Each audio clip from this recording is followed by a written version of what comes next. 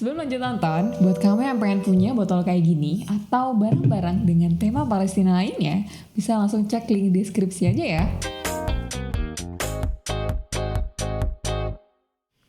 Keutamaan lain dari Lailatul Qadar, ini malam puncak finalnya pengampunan di bulan Ramadan. Kan target dasar kita berRamadan tuh meraih ampunan. Dengan 3 sarana utama, saum, sholat malam, dan Lailatul Qadar. Hadisnya redaksinya persis.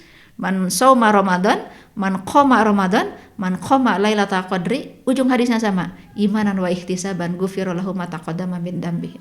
Siapa yang saum Ramadan karena iman dan ihtisab, diampuni seluruh dosa yang telah lalu. Siapa yang sholat malam Ramadan karena iman dan ihtisab, diampuni seluruh dosa yang telah lalu.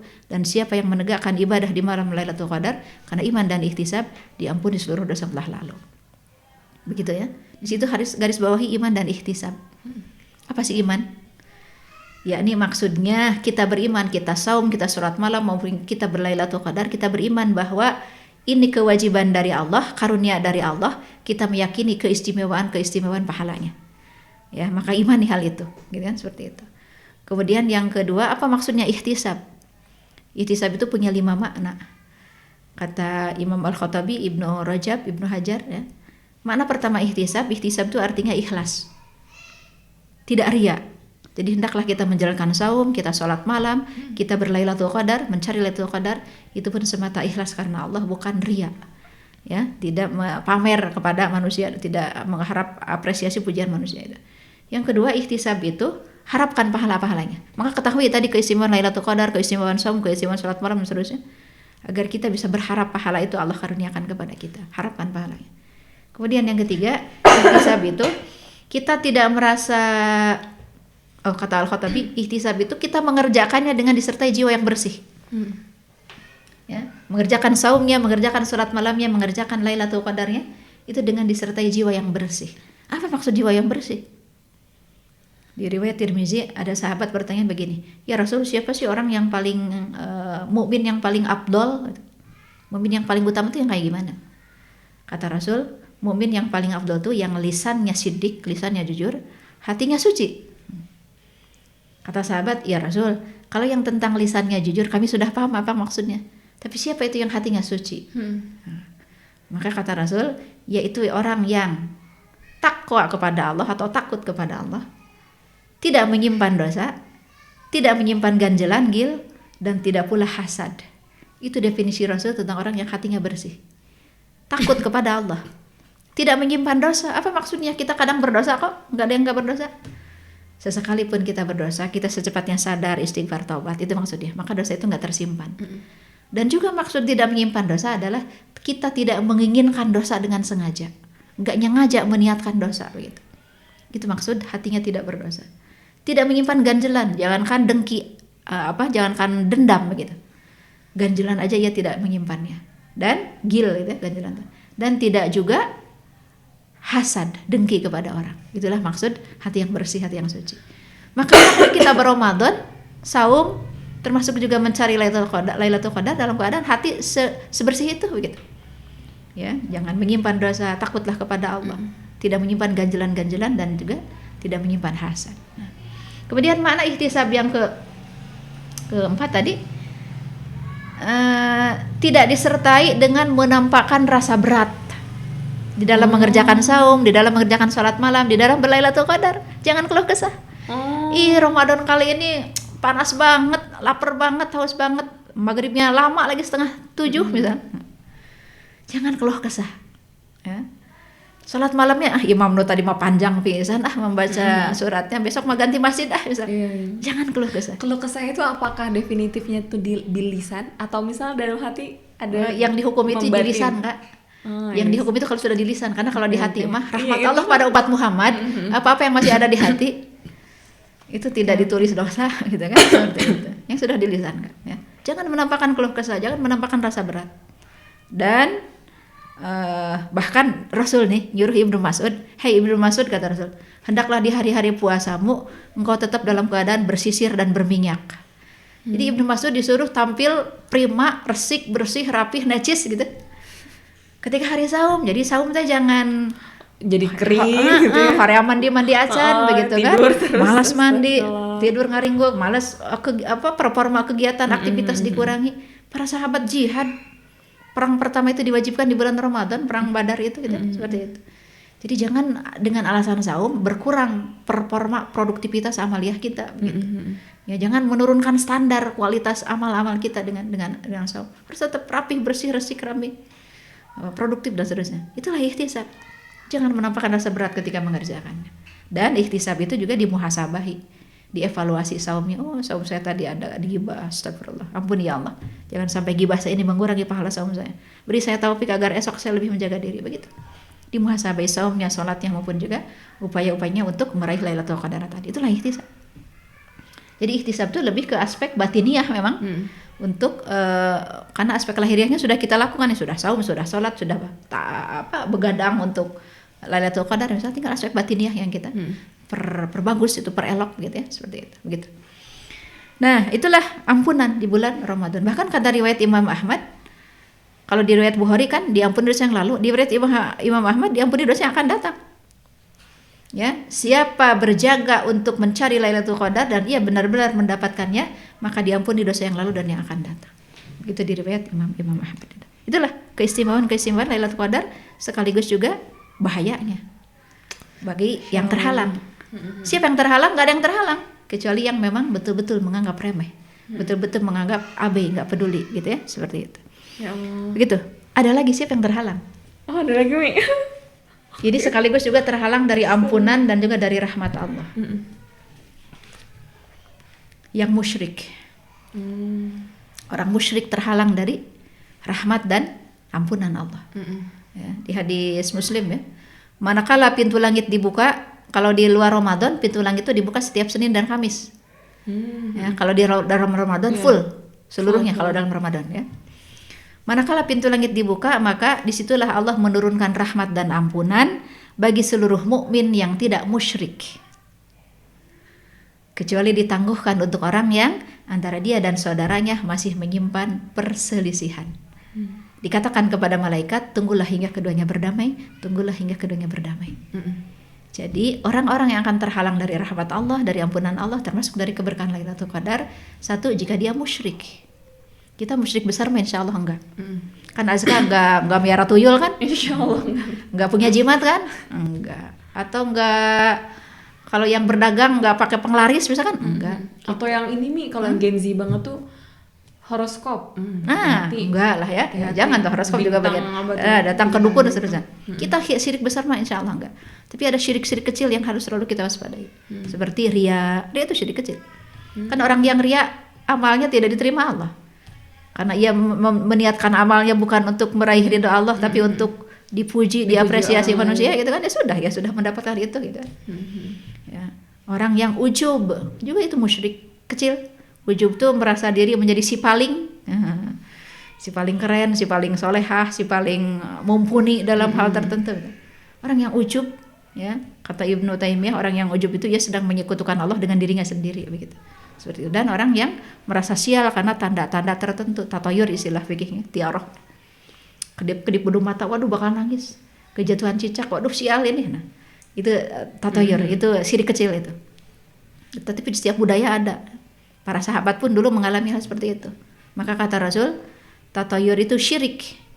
Maka cegahlah dengan Allahumma la khaira illa khairuka wa la tayra illa tayruka wa la ilaha ghairuka. Tegakkan lagi akidahnya, ya Allah, tiada kebaikan kecuali itu datang darimu, tiada keburukan kecuali itu dengan kehendakmu, dan tiada ilah selainmu. Jadi perkokoh lagi tauhidnya. Lalu kata Rasul, nggak boleh, nggak ada tuh tatayur itu, tetapi aku terkesan dengan optimisme. Jadi pasang mindset positif, pasang ucapan positif gitu. Dan yang ketiga, teruslah melaju. Jangan batalkan maksud, sepanjang maksud kita ini maksud baik, jangan terhalang karena tanda-tanda tertentu tadi, merasa sia karena tanda tertentu tadi. Dan kata Imam Ahmad, tatayur itu hanya akan menimpa orang yang meyakininya. Maka jangan yakini. Ya, seperti itu. Itu contoh syirik-syirik kecil yang harus kita waspadai. Itu pertama, orang yang terhalang dari rahmat Allah, dari ampunan Allah, termasuk dari Lailatul Qadar. Yakni yang musyrik. Yang kedua, yang berselisih dengan sesama mukmin, masih menyimpan permusuhan, perselisihan dengan sesama mukmin. Waduh. Bahkan Kak, di hadis Imam Ahmad ada riwayat begini. Rasul pernah diberitahu oleh Allah kapan Lailatul Qadar turun di tahun itu. Kan seru tuh. Sahabat tinggal ngebidik aja malam itu gitu kan. Maka Rasul gembira. Rasul lalu keluar rumah untuk mengabarkan ke sahabat. Tapi di luar rumah ada 2 sahabat sedang bertengkar. Rasul tertegun. Si 2 yang bertengkar itu nyadar, diperhatikan Rasul. Mereka akhirnya berhenti. Ada apa ya Rasul? Kata Rasul, tadinya kan ku kabarkan kabar baik untuk kalian. Tapi kalian bertengkar. Jadilah pengetahuan itu dicabut kembali. Rasul dijadikan lupa. Padahal bukan Rasul yang bertengkar kan? Ya Allah. Ya, seperti itu. Tetapi barangkali itu lebih baik bagi kalian, kata Rasul, cari sajalah di 10 terakhir. Ya, seperti itu. Jadi pertengkaran, padahal bukan kita yang bertengkar sekalipun. Wah, aku kalau jadi sahabat yang lagi berselisih itu bakal kepikiran terus. Bakal merasa berdosa gitu. Kepada seluruh, ya, seperti itu. Tapi Kak, ada hikmah tersendiri juga. Kenapa Lailatul Qadar itu disembunyikan waktunya? Rasul hanya memberi clue, carilah 10 terakhir. Dan itu sudah option kemudahan, karena tadinya Rasul sejak 20 akhir itikaf tuh. Mencari Lailatul Qadar itu Rasul dari 20 akhir.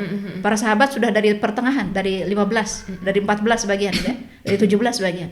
Tapi akhirnya Rasul memudahkan kita, carilah 10 terakhir. Ya. Itu kenapa Rasul kenapa Allah menyembunyikan carilah di 10 akhir saja.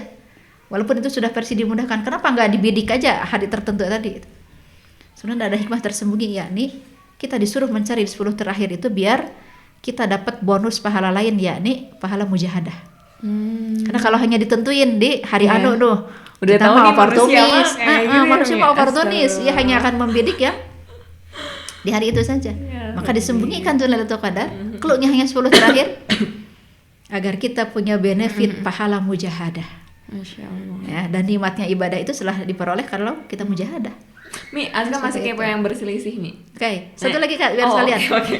Satu yang musyrik, yang terhalang itu, 2 yang berselisih. Hadisnya Sahih Muslim tadi. Dan yang ketiga, yang memutus silaturahim. Silaturahim ini terkait keluarga sedarah. Keluarga sedarah, sekandung, serahim. Ya, seperti itu. Hadisnya keras Kak, hadis Sahih Bukhari. Sesungguhnya Allah tidak akan menimpakan rahmat kepada suatu kaum yang di dalamnya ada orang yang masih memutus silaturahim. Jadi kababawa kaumnya gitu. Maksudnya kalau kaum yang menyaksikan ada anggota kaum yang memutus silaturahim lalu mereka nggak peduli, tidak mendamaikan, tidak menasihati, tidak mengakurkan, maka kaum itu ditahan rahmat. Ya Allah. Jadi kalau kita mengetahui ada rekan kita, saudara kita, sahabat kita, keluarga kita memutus silaturahim, usahakan nasihati, usahakan islahkan. Perintah islah 2 kali disebut di Al-Hujurat ya. Nah, untuk mendamaikan kaum muslimin yang berselisih atau orang-orang yang tadi berseteru terkait kekerabatan dan seterusnya. Damaikan, akurkan, biar kita termasuk yang tidak terhalang dari meraih keberkahan, rahmat maupun ampunan Allah, termasuk Lailatul Qadar. Jadi itu 3 perkara yang dikhawatirkan dengan sangat menghalangi kita dari meraih rahmat, ampunan dan keberkahan Lailatul Qadar. Musyrik, perselisihan dengan sesama mukmin, pemutusan silaturahim dengan saudara-saudara. Banyak di antara ibu-ibu yang saya ceritakan hal ini, mereka merasa berat di poin pemutusan silaturahim dan berselisih. Musyrik mah insya Allah enggak lah. Gitu. Nah, tapi bagaimana dengan bab memutus silaturahim dan berselisih?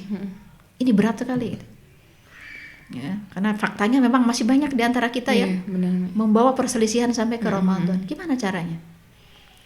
Pertama, kalau kita belum berani bersilaturahim secara fisik, lakukan dulu silaturahim secara ruhani.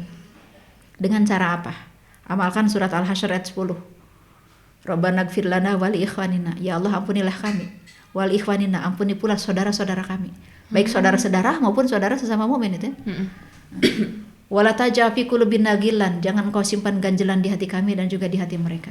Innaka raufur rahim. Sesungguhnya Engkau ya Allah yang Maha Rauf, penyantun dan Maha Rahim, Maha Penyayang. Jadi bentuk praktis dari pengamalan Al-Hasyr ayat 10 itu adalah istighfar yang banyak untuk diri sendiri. Karena kalau diri sendiri sudah cukup istighfarnya, istighfar kita diterima Allah, Allah akan ganti menurunkan rahim ke dalam hati kita. Setiap ghafur itu selalu disertai rahim. Allah merahmati hati kita, maka hati yang dirahmati akan menjadi hati yang lapang, memaklumi, memaafkan. Ya. Kemudian kita ganti mengistighfarkan juga saudara kita yang berselisih kita dengannya itu. Ya Allah, ampuni saudara saya, rahmati dia, maafkan kesalahan-kesalahannya. Kalau Allah menerima istighfar kita untuknya, maka Allah akan juga ganti menurunkan rahmat ke dalam hatinya. Sehingga ia pun menyadari kesalahan, ia pun saya teh keliru, saya teh juga. Ya, hingga ketika hati-hati sudah relatif lebih lapang, kan lebih dirahmati. Lalu kita totalitas minta ke Allah cabut ganjelan di hati kami kepadanya, di hatinya kepada kami. Ganjelan-ganjelan hilang, maka suatu waktu ketika kita ketemu lagi, itu akan lebih mudah untuk nyambung. Jadi tahap pertama, lakukan dulu silaturahim secara ruhani. Amalkan Al-Hasyr ayat 10 tadi. Istighfarkan diri sendiri, istighfarkan dia, minta ganjelan-ganjelan dicabut. Nah itu. Lalu yang kedua kata Rasul, maukah kalian kuberitahu hal yang akan membuat kalian saling mencintai? Sebarkan salam. Jadi sampaikan salam dengan WA, dengan berkunjung langsung, assalamualaikum. Tapi salamnya harus betul-betul salam yang datang dari hati. Kita betul-betul menginginkan Allah memberinya keselamatan, kesentosaan, rahmat, keberkahan. Nggak berani pakai WA lah. Assalamualaikum warahmatullahi wabarakatuh. Gimana Bi? Gimana Wa? Gimana Teh? Kabarnya damang? Badai Ramadan, bla bla bla. Ya. Kemudian nggak berani juga ngomong gitu karena saking gedenya permusuhan. Titip salam ke orang lain. Titip salamnya ke si Wa, titip salamnya ke si Anu, ke si Anu. Tapi harus dari hati salamnya. Maka Rasul tadi menjamin hal itu akan menyebabkan kalian saling mencintai. Ya seperti itu. Lalu yang ketiga, tahadud tahabuk, untuk menghilangkan perselisihan, permusuhan, pemutusan silaturahim. Mengunjungi di hadis Tirmizi ya. Sesungguhnya rahmatku kutetapkan untuk orang-orang yang saling mengunjungi karena saling mencintai karena aku, saling mengunjungi karena aku, saling duduk sejajar karena aku, dan saling memberi karena aku. Di tahap keempatnya tahadud tahabuk, saling memberilah. Itu tahapan-tahapan untuk menjalin kembali silaturahim, menjalin kembali hubungan persaudaraan. Silaturahim dengan hati yang pengamalan surat Al-Hasyr. Kemudian saling menyebarluaskan salam tadi dengan catatan salamnya harus betul-betul dari hati. Kemudian saling mengunjungi karena Allah. Meskipun kita ditutup pintu, kita sudah menunaikan kewajiban. Iya, yang urusannya dengan Allah. Dan saling memberi, ya, saling memberi hadiah. Di kita kadang suka ada yang keliru dengan tahadud tahabut. Yuk kita tahadud tahabuan yuk di grup pengajian apa, temanya apa misalnya kita, temanya bros misalnya. Sebenarnya bukan itu yang dimaksud Rasul. Yang dimaksud itu yang saling memberi hadiah yang natural, alami. Saya sedang pergi kemana, ingat ke siapa, kayaknya dioleh-olehin nih. Nah itulah. Ya, pemberian yang natural yang bukan ingat kita gitu ya. Bukan janjian, walau baik juga yang janjian itu baik juga sekedar melatih, tapi sebenarnya yang dimaksud Rasul yang akan nimbulkan hati bersangkut itu adalah hadiah-hadiah yang orisinal, yang natural itu, yang karena kita ingat ya, kita menginginkan memperoleh kegembiraan ketika kita ada di tempat ada oleh-oleh kita beri oleh-oleh, kan jadi kegembiraan tersendiri. Jadi ingatnya kita itulah yang akan kena di hatinya, bukan soal hadiahnya sebenarnya kan, seperti itu. Gitu ya. Nah itu, maka lakukan itu. Setidaknya kalau kita sudah melakukan itu, semoga kita termasuk yang tidak terhalang dari meraih ke rahmat Allah, keampunan Allah, dan juga keberkahan Lailatul Qadar. Ya, seperti itu. Itu penghalang-penghalang. Dan sekaligus upaya menyelesaikan penghalang-penghalang tadi, begitu. Nah, pertanyaan tadi yang berselisih. Kalau berselisih itu definitifnya apakah kan kalau tadi berselisih dan memutus tali silaturahim. Kalau yang memutus itu untuk keluarga yang saudara. Kalau berselisih itu tadi, kalau yang dari hadisnya kan berarti on that time terjadi tuh berselisih gitu. Tapi kalau misalnya kondisi di mana bukan dengan keluarga tapi dengan misalnya teman atau rekan kerja atau apapun itu, kemudian pernah ada perselisihan, lalu mungkin sudah tuntas tapi tidak sehangat dulu. Nah, itu apakah perselisihan? Itu namanya ganjelan. Oh, itu berarti masih termasuk ya? Lebih ringan dari perselisihan. Tapi itu ganjelan. Ya. Ganjelan itu termasuk perkara yang dikhawatirkan tadi. Yang dikhawatirkan karena hadis bahasanya tadi surat Al-Hasyr kan, wala taj'al fi qulubina ghil. Ya, jangan engkau simpan ganjelan di hati kami. Gitu. Walau tentu lebih ringan statusnya daripada permusuhan yang jelas-jelas nampak dengan ucapan dan perbuatan. Ya, itu mah bagian dari aspek penyempurna saja untuk kita hilangkan. Untuk kita hilangkan. Siap. Penghilangnya benar Kak, serius, istighfarkan diri, istighfarkan dia. Itu menghilangkan. yang ganjalan-ganjalan itu. Masya Allah sih, ini tadi yang apa namanya, salam ruhani. Asal berbeda sih iya. Maksudnya bukan salam ruhani, kita sebenarnya lisannya udah bener kan, kurang dengan batin, silaturahim ruhani gitu. Nah ya, silaturahim ruhani gitu, kurang dengan batinnya aja. Iya gitu. Dengan kan hati itu ibarat satu pasukan, kata hadis Muslim. Hati-hati manusia itu seperti satu pasukan, siapa yang saling mengenal maka ia akan mudah berpadu. Jadi sebelum kita berpadu secara fisik, sebenarnya ruhani dulu yang harus berpadu. Dan cara mengistighfarkan itu cara memperpadukan ruhani, karena kan kita bersih dia bersih, mudah berpadu kan. Ya, kita bersih dia kotor, sulit juga berpadu, atau dia bersih kita yang kotor, sulit juga berpadu itu. Maka itu ya, untuk memudahkan berpadu jasad, berpadu dulu rohani kita. Apalagi terkait Lailatul Qadar? Nah, pasti ada apa yang mau tanya. Kalau misalnya tadi kan kita udah dapat hacks nih Mi, yang setahun sholat malam, istiqomah ya. Mungkin itu kan tier tertinggi gitu ya Mi, Masya Allah. Barakallah fik teman-teman yang bisa menjaga itu. Kemudian selama bulan Ramadan, kemudian 10 hari terakhir menjaga sholat jamaah. Nah tapi selain itu gitu Mi, sebenarnya tadi Asma kan memikirkan kalau 10 hari terakhir itikaf gitu. Ada nggak sih Mi amalan yang paling utama dalam momen-momen 10 hari terakhir itu? Baik, bagaimana upaya kita untuk meraih Lailatul Qadar gitu kan? Seperti itu. Ya, pertama memang meningkatkan ibadah di 10 hari terakhir. Ini sunnah muakkad Rasulullah SAW, kata Sayyidah Aisyah. Rasulullah SAW apabila sudah memasuki 10 hari terakhir, beliau mengecangkan ikat pinggangnya, meningkatkan kesungguhannya melebihi kesungguhannya di malam lain. Jadi memang performa ibadah kita, amal soleh kita di 10 hari terakhir memang harus meningkat. Itulah sunnah Rasul gitu ya. Dengan bahkan nyaris totalitas, yakni itikaf. Ya. Ngapain sih kita saat itikaf? Ya, ibadah-ibadah yang biasa kita lakukan dioptimalkan, seperti membaca Al-Quran. Dulu salafus soleh itu ada yang sekali khotam di malam-malam yang diduga Lailatul Qadar gitu. Sekali khatam nih, atau di 10 hari terakhir itu kan. Karena kan sangat kontekstual antara Lailatul Qadar dengan Al-Quran gitu kan. Kemudian memperbanyak istighfar. Dan bukan sekedar istighfar, Sayyidah memperbanyak doa, dan bukan sekedar doa. Sayyidah Aisyah bertanya, ya Rasul, kan hajat manusia itu banyak ya ini. Jika saya menyadari ini malam Lailatul Qadar, hajat mana yang harus diprioritaskan? Maka kata Rasul, mintalah Allahumma innaka afuwun tuhibbul afwa fa'fu anni. Jadi Rasul menganjurkan Sayyidah Aisyah, dan tentu juga untuk kita, agar kita memprioritaskan permohonan pemaafan kepada Allah. Bukan semata kita merasa cukup diampuni, tapi kita ingin sampai level dimaafkan. Apa bedanya diampuni dan dimaafkan? Kalau diampuni mah dosa kita baru ditutupi, tidak akan disebarluaskan kepada makhluk yang lain, lalu Allah akan melindungi kita dari siksa. Itulah kalau baru ampunan. Tapi kalau pemaafan mah Allah menghapus dosanya, nggak ada lagi dalam catatan kita, ya, hingga tidak akan lagi dipersoalkan nanti dihisab mah, ya, karena sudah nggak ada di dalam catatannya. Dan biasanya Allah kalau sudah memberi pemaafan, Allah akan memberi pahala tanpa perhitungan. Di surat Asy-Syura ayat 42 ya. Bagi yang memaafkan, pahalanya dalam tanggungan Allah. Kita memaafkan saja pahalanya ditanggung Allah, nggak diberi penjelasan berapa, tapi besar sekali karena kalimatnya ditanggung Allah. Maka demikian pula Allah ketika memaafkan hamba, Ia akan memberi balasan tanpa perhitungan, ya, seperti itu. Di ayat Al-Baqarah ayat berapa lupa? Ada yang bertanya kepada Rasul, harta yang harus diinfakkan tuh berapa sih gitu kan? Ya, Allah menyuruh Rasul menjawab kulil afwa, kalimatnya sama-sama afwa. Katakanlah selebihnya dari keperluan hidup yang pokok. Jadi afwa tuh kata dasarnya pemaafan kan afwa. Afwa itu adalah pemberian yang lebih dari pahala pokok. Jadi pahala pokok kita misal saum A, B, C dan seterusnya, tapi Allah memberi lebih. Karena kita sudah dimaafkan gitu.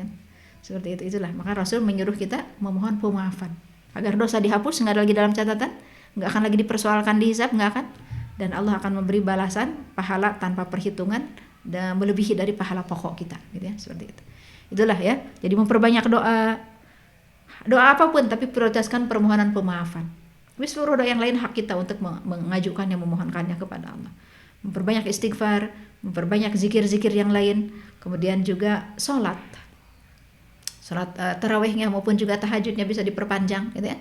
Kemudian juga munajat itu lebih ke aspek curhat, dialog kita privasi personal kita dengan Allah, boleh pakai bahasa sendiri gitu. Kemudian juga jangan lupa pula doakan saudara-saudara kita. Nah, istighfarkan saudara-saudara kita, lil mu'minin wal mu'minat alaihi minkum wal amat gitu.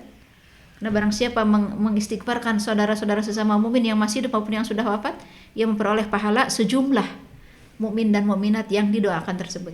Tanpa kita pernah bisa menghitungnya berapa mukmin yang dan mukminat yang ada di seluruh dunia ini kan, seperti itu. Doakan pula saudara-saudara kita yang berjuang di negeri-negeri yang belum terbebaskan seperti di Palestina dan seterusnya. Itu doa kita. Dan doakan pula tentu orang-orang yang terdekat dengan kita, orang tua, sanak, kerabat, guru-guru kita dan seterusnya gitu. Pemimpin-pemimpin kita, bangsa kita dan seterusnya gitu. Itu bisa sepuas mungkin kita mendoakannya itu. Dan kata Anas bin Malik, jangan lupa juga bersedekah. Ya, karena sedekah yang dilakukan di malam Lailatul Qadar termasuk juga bagian dari pahala yang Allah akan khairu min alfi syahrin pahalanya gitu ya. Masya Allah. Kemudian ada adabnya Kak, berlailatul qadar itu ada etikanya. Masya Allah. Wah. Jadi selain dari ibadah pokok, selain dari ibadah pokok yang tadi ya sunnah makan tadi, ada etika, adab. Yang namanya adab ini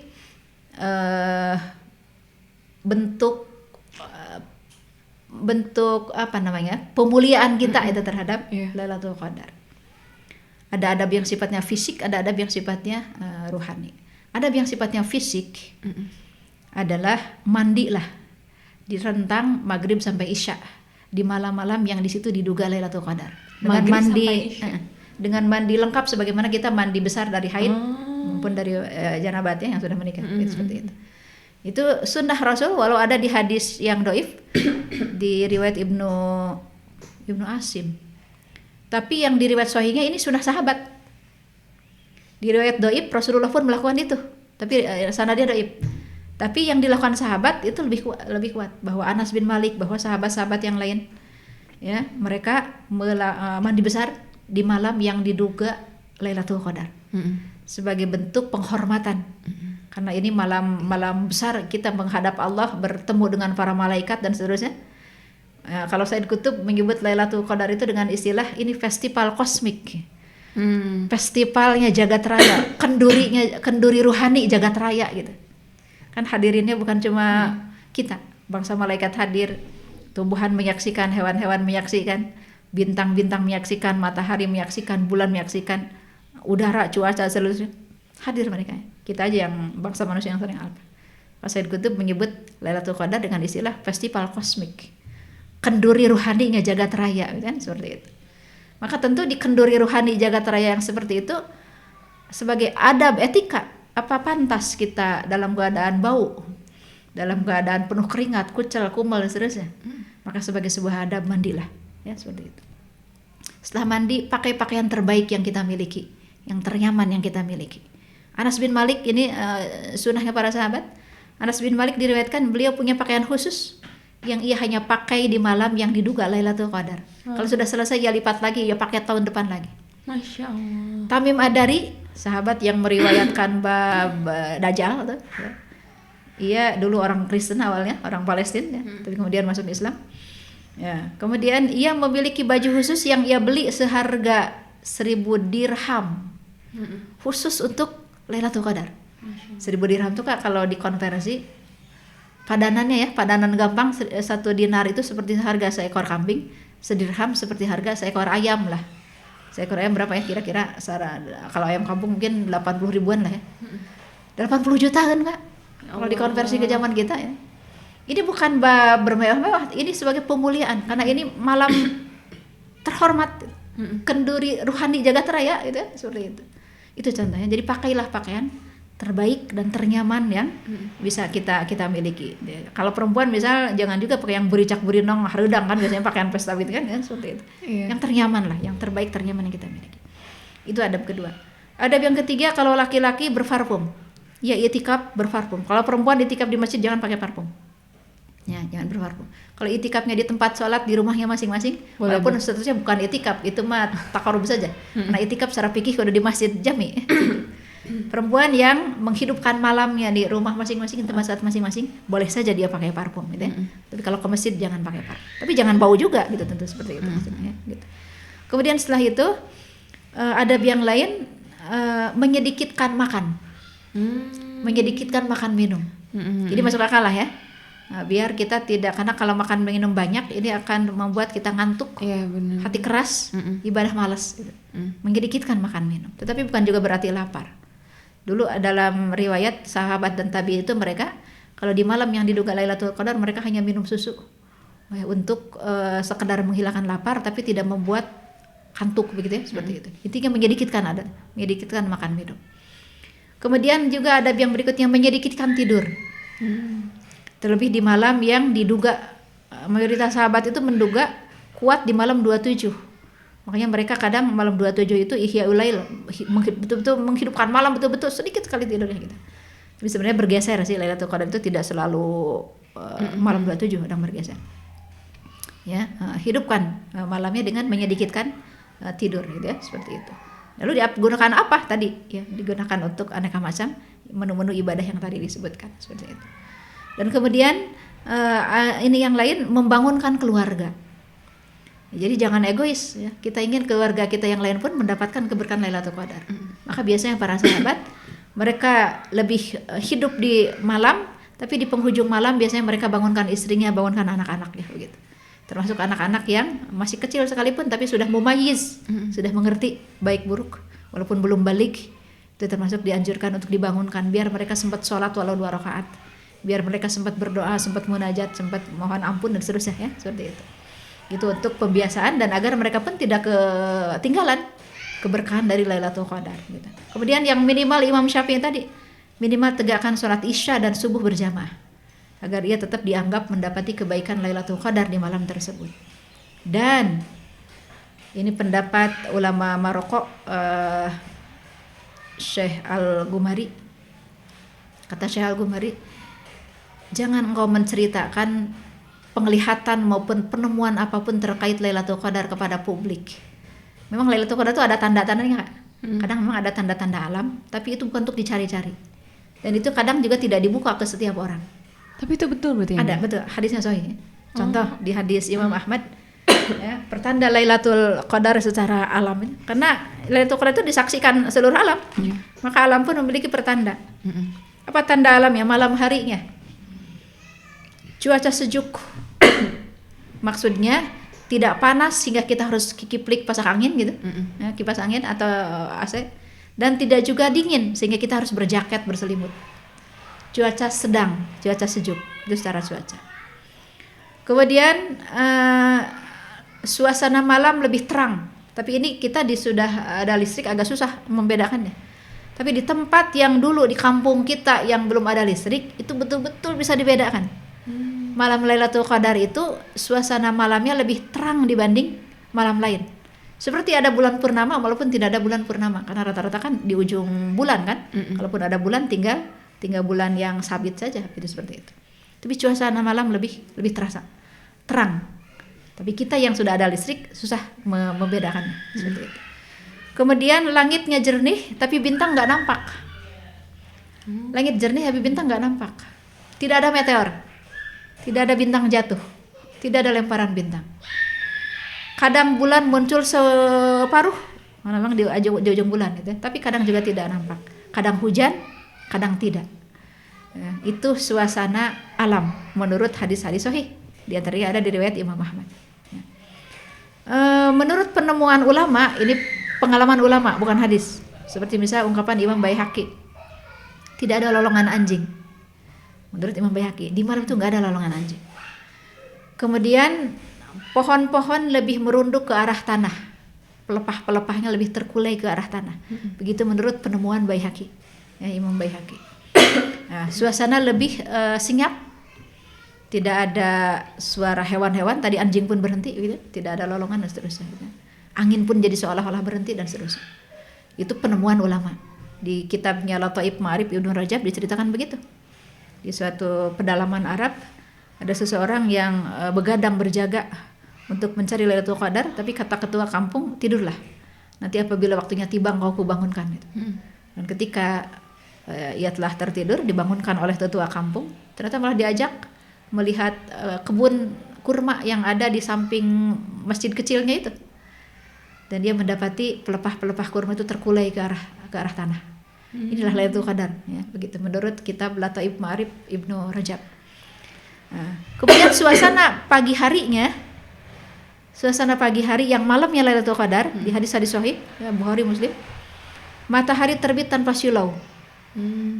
Kita kalau hari-hari biasa melihat matahari terbit pasti nggak bisa karena silau. Maka di malamnya Lailatul Qadar, di pagi harinya matahari terbit tanpa silau. Yang ada hanya bulat jingganya matahari, bulat merahnya matahari, atau bulatnya seperti warna bulan purnama, atau bulatnya seperti warna putih. Itulah yang nampak. Tidak ada silaunya, ya, seperti itu. Itu suasana pagi harinya. Namun kata Syekh Al-Ghumari, tanda-tanda ini bukan untuk dicari-cari. Jadi malah bukannya ibadah, malah keluar, malah fokus. Gitu. Jangan. Tanda ini bukan untuk dicari-cari. Tapi kalau Allah perlihatkan kepadamu, maka jangan engkau publikasikan kepada orang lain. Tong dicerita-ceritakan. Tadi malam lo Lailatul Qadar teh lo. Apa gitu buktinya? Ini bla bla bla bla sesuai dengan hadis. Jangan diceritakan. Kenapa jangan diceritakan? Satu, untuk menjaga diri kita dari riya dan ujub. Kan sayang atau hari ria mah bawa hapus deh tak pahala teh gitu kan. Kalau ujub tadi tarima tak pahala. Untuk menjaga diri kita dari ria dan ujub. Dan yang kedua, untuk menjaga kedengkian orang lain. Orang lain yang kita ceritakan yang ia lebih banyak tidur teh sebel ketika mendengar cerita kita begitu karena ya tidur gitu kan. Seperti itu. Jadi begitu kata Syekh Al-Ghumari, ya.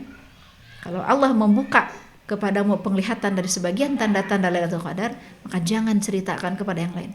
Cukuplah itu menjadi rahasia antara dirimu dengan Allah untuk engkau syukuri. Jangan dipublikasikan. Karena tadi untuk menjaga diri kita dari riya dan ujub, dan untuk menjaga kedengkian dari orang lain. Begitu. Itu adab, ya. Itu suasana tanda-tanda fisiknya, tanda-tanda ruhaninya. Rasul menyebutnya dengan istilah Lailatul Samhah. Lailatul Qadar itu adalah Lailatul Samhah, malam yang serba berkemudahan. Yakni kita lebih berkemudahan untuk beramal dan beramal soleh. Jadi lebih ringan rasanya ibadahnya, lebih khusyuk. Kita mendapati cita rasa manisnya ibadah. Lebih mudah air mata menangis.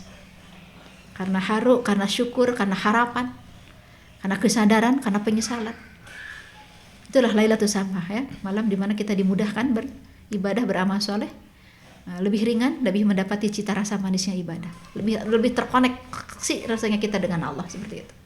Itulah Lailatul Qadar. Dan jangan pula ini dipublikasikan. Tadi malam kayak Lailatul Qadar, kenapa gitu? Saya bisa nangis tadi malam. Jangan diceritakan. Ini urusan privasi antara diri kita dengan Allah, gitu kan? Seperti itu. Itulah adab-adab Lailatul Qadar. Jangan berselisih tadi, ya, damaikan, lapangkan, usahakan dada-dada kita. Ihtisab tadi di definisinya Imam Al-Khattabi, ya, tidak disertai dengan jiwa yang bersih. Itulah alamat, ya, tanda-tandanya. Tapi sekali lagi ini bukan untuk dicari-cari, ya. Ini kalau Allah tampakkan, syukuri saja secara pribadi, begitu. Kemudian terakhir saya ingin sampaikan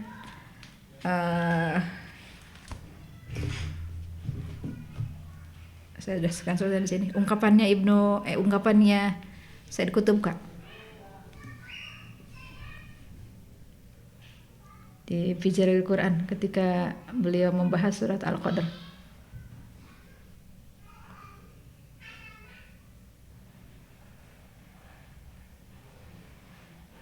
Beliau menyampaikan begini. Lailatul Qadar adalah malam yang dijanjikan dan disaksikan serta dicatat oleh seluruh alam wujud. Lailatul Qadar itu malam yang dijanjikan. Berarti ini terjadi setiap tahun. Karena ada pemahaman yang keliru di secuil kaum muslimin bahwa dianggap Lailatul Qadar sudah berlalu. Dengan turunnya Al-Quran selesai, maka selesailah Lailatul Qadar. Enggak ada lagi Lailatul Qadar di sepanjang tahun. Begitu sebagian kecil pendapat kaum muslimin, ada yang berpendapat begitu. Maka itu keliru. Lailatul Qadar Allah janjikan terjadi sepanjang tahun, sepanjang masih ada umat Muhammad SAW.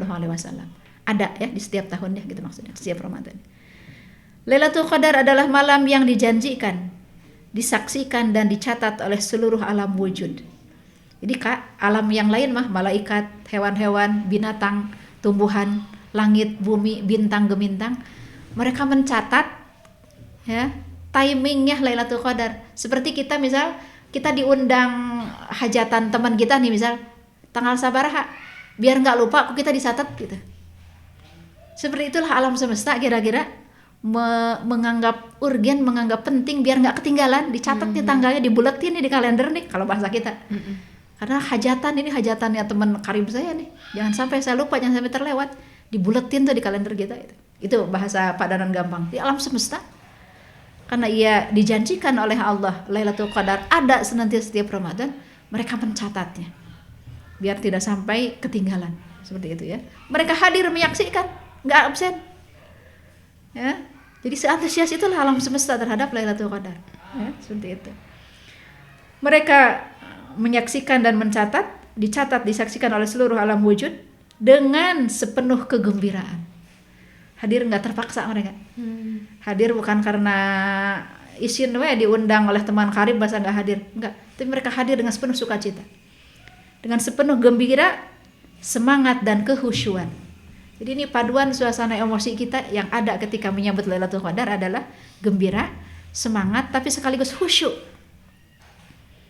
Maka kalaulah ada air mata di situ, itu adalah air mata gembira, air mata semangat, air mata harapan, air mata khusyuk. Ya, seperti itu.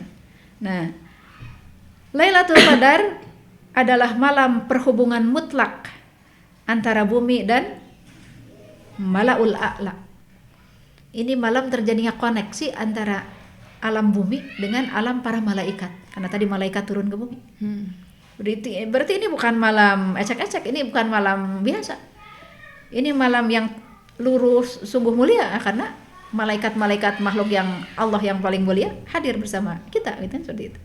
Malam perhubungan mutlak antara bumi dan alam Malaul A'la, yakni alam para malaikat.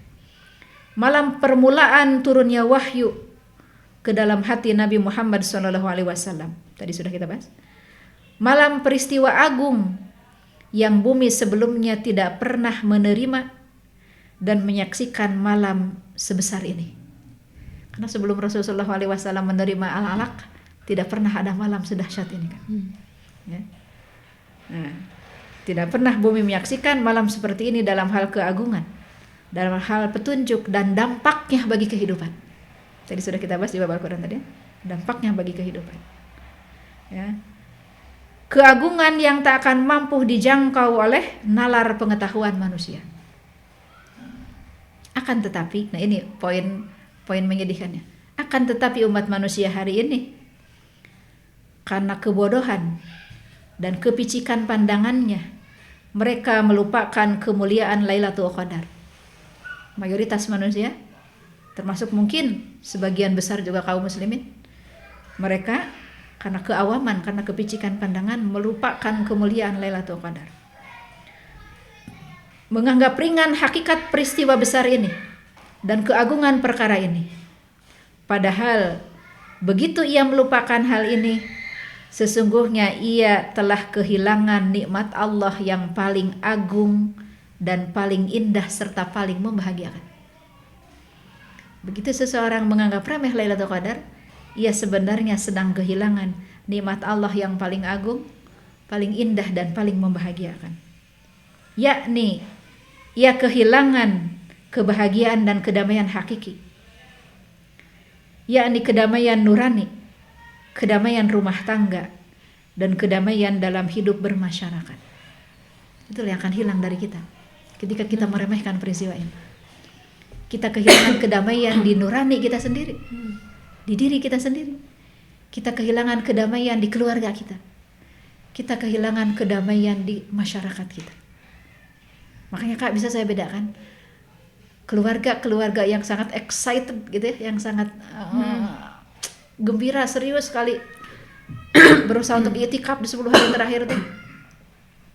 Bahkan saya menyaksikan berulang kali dulu di Habibur Rahman tuh, ada orang yang nabung sepanjang tahun dari Sumatera, dari Kalimantan, biar bisa membawa keluarganya untuk i'tikaf 10 hari di sini gitu. Mereka nabungnya bukan untuk lebaran, mereka nabung untuk bisa i'tikaf gitu. Masya Allah. Bahkan ada yang melahirkan dulu di Habibur Rahman itu, seperti itu. Dan anaknya diberi nama Habibur Rahman. Masya Allah. Jadi sebesar itu antusiasme mereka, dan kita melihat serukun itu ya, sepenuh rahmah itu keluarga mereka itu kan seperti itu. Itu salah satu benar apa yang dikatakan Sayyid Qutb ini begitu, seperti itu. Orang yang mengabaikan Lailatul Qadar, menganggap remeh, dia sebenarnya sedang kehilangan kedamaian rohani, sedang menghilangkan kedamaian di rumah tangganya, di keluarganya, dan juga kedamaian di tengah masyarakatnya. Masyarakat yang di situ, masjid di masyarakatnya dihidupkan dengan itikaf, dihidupkan dengan agenda-agenda 10 hari terakhir untuk meraih Lailatul Qadar, itu cenderung menjadi masyarakat yang ayam tentrem, kemaksiatan relatif minimal, ataupun kalaupun ada tidak terbuka begitu. Tentu ada orang yang maksiat tapi tidak terbuka gitu. Seperti itu.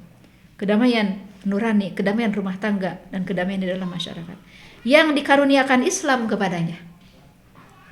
Dikaruniakan Allah ya melalui Islam ini kepadanya. Dan kehilangan semacam ini tidak akan pernah tergantikan oleh seluruh kekayaan materi. Walaupun ia berlimpah ruah kekayaannya, walaupun dia tinggi jabatannya, ia mentereng gelar akademiknya misalnya itu. Kehilangan semacam ini tidak akan tergantikan oleh seluruh kekayaan materi. Tidak akan tergantikan oleh menterengnya peradaban material dan kemakmuran fisik yang ia raih. Karena sesungguhnya ia hanya akan sengsara dan bertambah sengsara.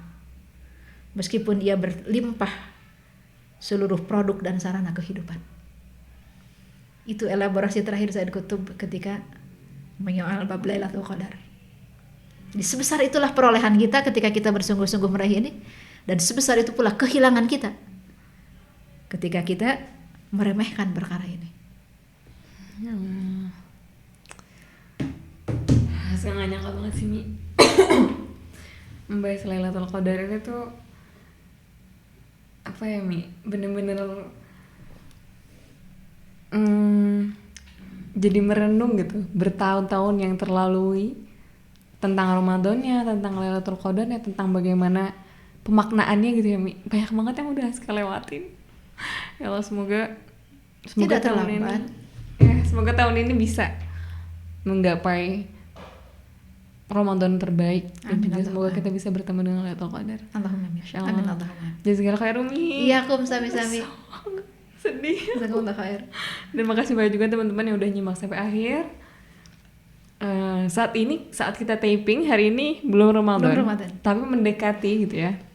Semoga ini bisa naik sebelum Ramadan ya, semangat Bapak Editor.